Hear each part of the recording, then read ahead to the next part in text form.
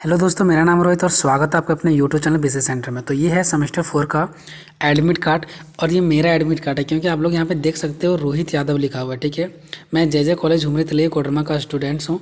ठीक है, ये सेमेस्टर 4 का है। ठीक है, तो आप लोग यहाँ पे देख सकते हो ये मेरा एडमिट कार्ड है, सॉरी मेरा मार्कशीट है।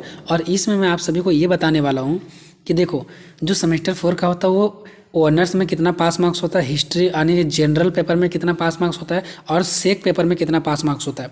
क्योंकि बहुत सारे लोगों का कन्फ्यूजन है कि सेक पेपर में मेरा 13 क्वेश्चन ही सही हुआ है, तो कोई बोल रहा है 12 क्वेश्चन सही हुआ है, तो क्या मैं पास कर पाऊँगा या नहीं कर पाऊँगा। किसी को जनरल को लेकर के कन्फ्यूजन है, तो किसी को कोर पेपर यानी कि ऑनर्स पेपर को लेकर के कन्फ्यूजन है। तो मैं तीनों में आपको बताने वाला हूँ कि पास मार्क्स कितना होता है। अगर मैं अपने से बताता तो आप लोगों को कन्फ्यूजन होगा।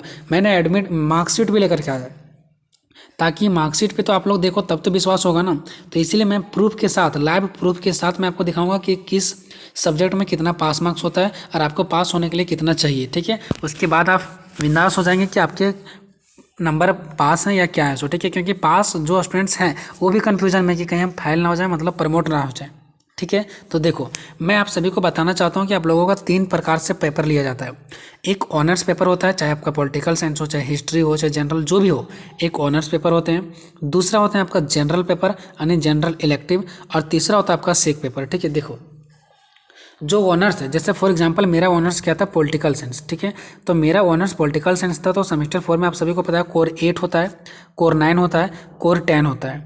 3 को कोर होता है, 8, 9, 10। देखो तो मेरा भी पॉलिटिकल साइंस में कोर 8 था, कोर 9 था, कोर 10 था। अब देखो 3 पेपर होता है, कोर 8, 9, 10। तो कोर 8 भी 100 मार्क्स का होता है, कोर 9 भी 100 मार्क्स का होता है और कोर 10 भी 100 मार्क्स का होता है। अब बोलोगे कैसे? तो जब आप एडमिट कार्ड लेकर के एग्जाम सेंटर देने गए थे तो वहाँ पे आप लोगों का 80 नंबर का ही लिया गया होगा। कोर 8 भी 80 नंबर का, कोर 9 भी 80 नंबर का और कोर 10 भी 80 नंबर का। लेकिन 20 नंबर कहाँ से आ रहा था?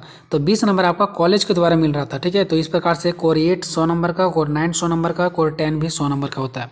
तो कोर पेपर में 8, 9 और 10 ये तीनों मिलाकर के 300 नंबर हो गया। कोर 8, 9, 10 तीनों मिलाकर के 300 नंबर हो गया। उस 300 नंबर में से आपको पास होने के लिए 120 नंबर चाहिए। आप लोग यहाँ पे देख सकते हो, मैंने लिखा भी है यहाँ पे ऑरेंज कलर से। ठीक है, यहाँ पे देख भी सकते हैं आप लोग। पॉलिटिकल साइंस के नीचे मैंने एरो किया है। टोटल 300 नंबर के होते हैं, 8, 9, 10 तीनों मिला करके। उसमें से आपको 120 नंबर लाने होते हैं, मतलब आधा समझो। आधा कितना होता है? 150, उससे भी कम। तो क्या आप लोग आधा नहीं ला सकते हो? ठीक है, उसके बाद भी कन्फ्यूजन है कि मेरा कोर 8 में लगता है 20 नंबर आएगा, कोर 9 में लगता है एको नंबर नहीं आएगा। तो ये मायने नहीं रखता कि आपने कोर 8 में कितना नंबर लाया, कोर 9 में कितना नंबर लाया और कोर 10 में कितना लाया। तीनों मिलाकर के बस 120 होना चाहिए। फॉर एग्जांपल ले लेते हैं कि कोर 8 में आपने 0 नंबर लाया। ठीक है, कोर 9 में आपने लाया 100 नंबर और कोर 10 में आपने कितना नंबर लाया? 20 नंबर लाया। तो आपका 120 हो गया ना। मतलब तीनों पेपर मिला करके आपको 120 लाना है। अब कौन किस में कितना कम बेसी लाए इससे कोई मायने नहीं रखता है। आपको तीनों पेपर मिला करके 120 नंबर लाने होते हैं, तब आप पास होंगे। ठीक है, और मैंने कितना लाया देखो, 300 नंबर टोटल था, 120 नंबर पास नंबर, और मैंने लाया था 184 नंबर, 184। तो मेरा रिजल्ट पास था। ठीक है, ये हो गया पॉलिटिकल साइंस ऑनर्स का बात। चलते हैं जनरल की ओर। जो सेकंड नंबर में आपको ऑरेंज से घेरा हुआ दिख रहा है यानी जनरल इलेक्टिव। तो जनरल इलेक्टिव में मेरा हिस्ट्री था। ठीक है, अब हिस्ट्री में क्या होता है? सो देखो ये टोटल 100 नंबर का रहता है क्योंकि एक ही पेपर होता है, इसमें एक ही दिन सेंटर जाना पड़ता है। ठीक है, तो 80 नंबर का सेंटर पे देते हैं और 20 नंबर कॉलेज देता है। ठीक है, तो आप लोग यहाँ पे देख सकते हो कि टोटल 100 नंबर का होता है। ठीक है, अब 100 नंबर में से इसमें आपको पास होने के लिए कम से कम 40 नंबर चाहिए। ठीक है, पास होने के लिए कम से कम आपको 40 नंबर जरूर चाहिए। ठीक है, तब आप पास होंगे, अन्यथा पास नहीं होंगे। ठीक है, तो आप लोग यहाँ पे देख सकते हो कि मेरा 100 नंबर का था, जिसमें मैंने पास नंबर 40 होता है और जिसमें मैंने जो अंक प्राप्त किया वो 48 नंबर मैंने लाया था। ठीक है, मैंने 48 नंबर प्राप्त किया था। ठीक है, तो आपको पास होने के लिए मात्र 40 नंबर चाहिए जनरल पेपर में यानी इलेक्टिव में। 100 नंबर में से आपको 40 नंबर लाना ही लाना पड़ेगा। ठीक है, अगर 40 तक नहीं लाते हैं तो आप प्रमोट कर सकते हैं। ठीक है, ध्यान रहे 100 नंबर में से मैं बात कर रहा हूँ। 20 नंबर से तो कॉलेज से होता है, तो कॉलेज से भी आपको कुछ ना कुछ नंबर मिल जाएगा। देख सकते हो मेरे को कॉलेज से 8 नंबर मिला और 40 नंबर मैंने अपने से लाया, तो टोटल मेरा 48 नंबर हुआ है।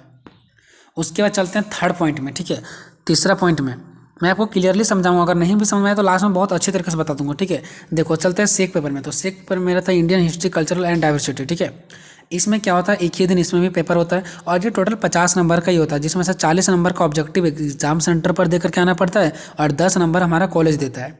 तो 50 नंबर का हो गया। उसमें से अब मुझे जो मिला है वह कितना मिला, देखो 21 नंबर।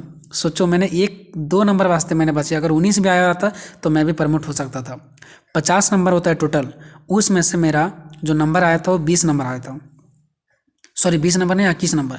20 नंबर तो 5 नंबर है, ठीक है। तो 50 नंबर का टोटल होता है, उसमें से मेरे को जो नंबर मिला हुआ था वो कितना नंबर मिला हुआ था, मात्र 21 नंबर।